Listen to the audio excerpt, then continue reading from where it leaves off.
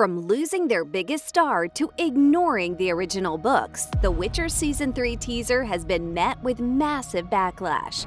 Fans are not happy with the latest news about The Witcher, and it seems that it'll make a classic mistake that so many shows make these days before ever reaching Netflix. The Witcher was a series of novels and short stories written by Polish author Andrzej Sapkowski. Sapkowski wrote 15 short stories starting in 1986.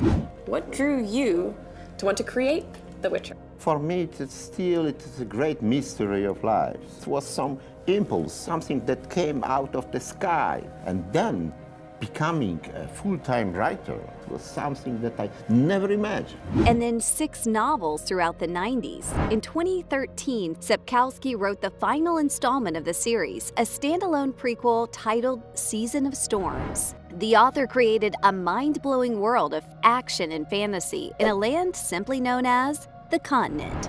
The Witcher quickly became a cult classic, but the franchise became even more popular with the release of the first video game in 2007. And the games eventually became an even bigger success than the novels.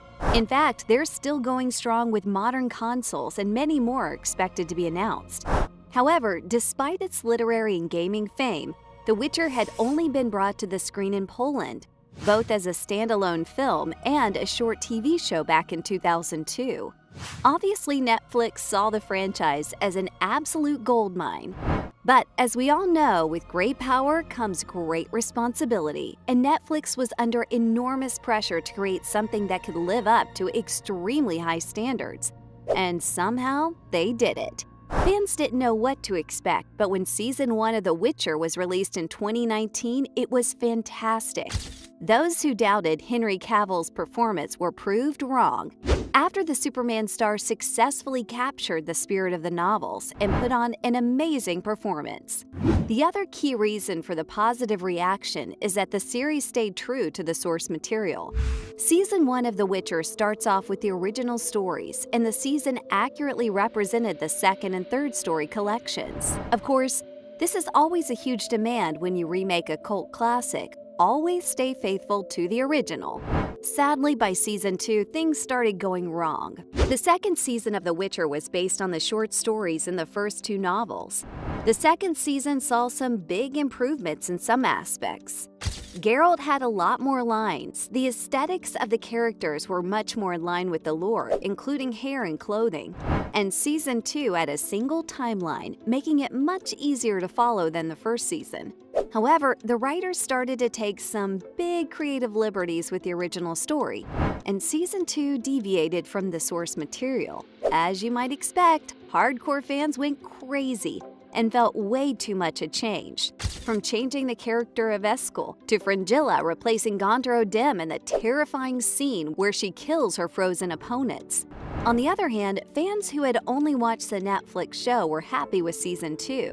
Some fans who had read it accepted that the material wasn't easy to deal with. Why? Well, the first of the novels, titled Blood of Elves, is very dialogue-heavy, lacks significant action, and makes it hard to translate to the screen.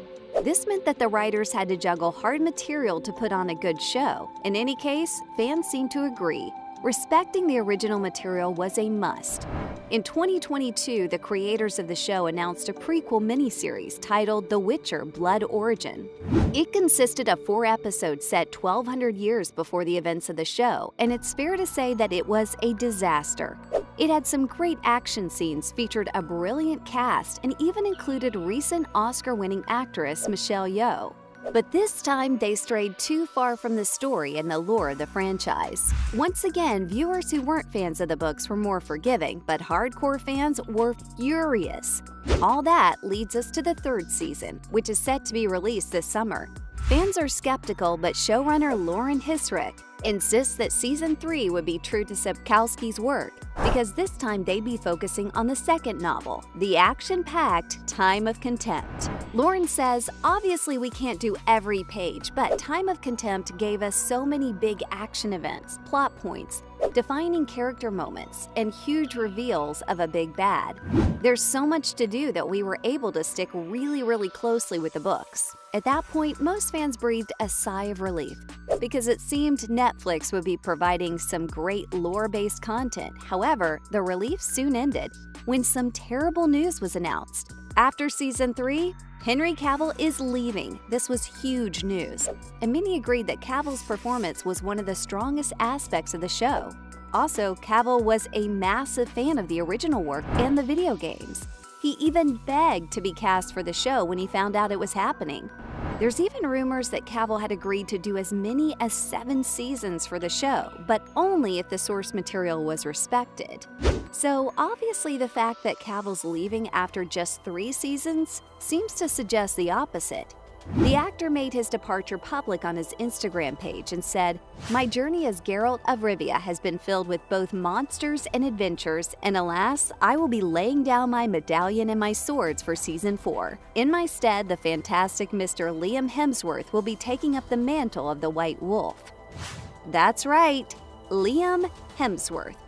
Fans aren't happy about that one, but hey, people weren't convinced of Cavill either until they actually saw him. So, who knows? At least Hemsworth has Cavill's blessing.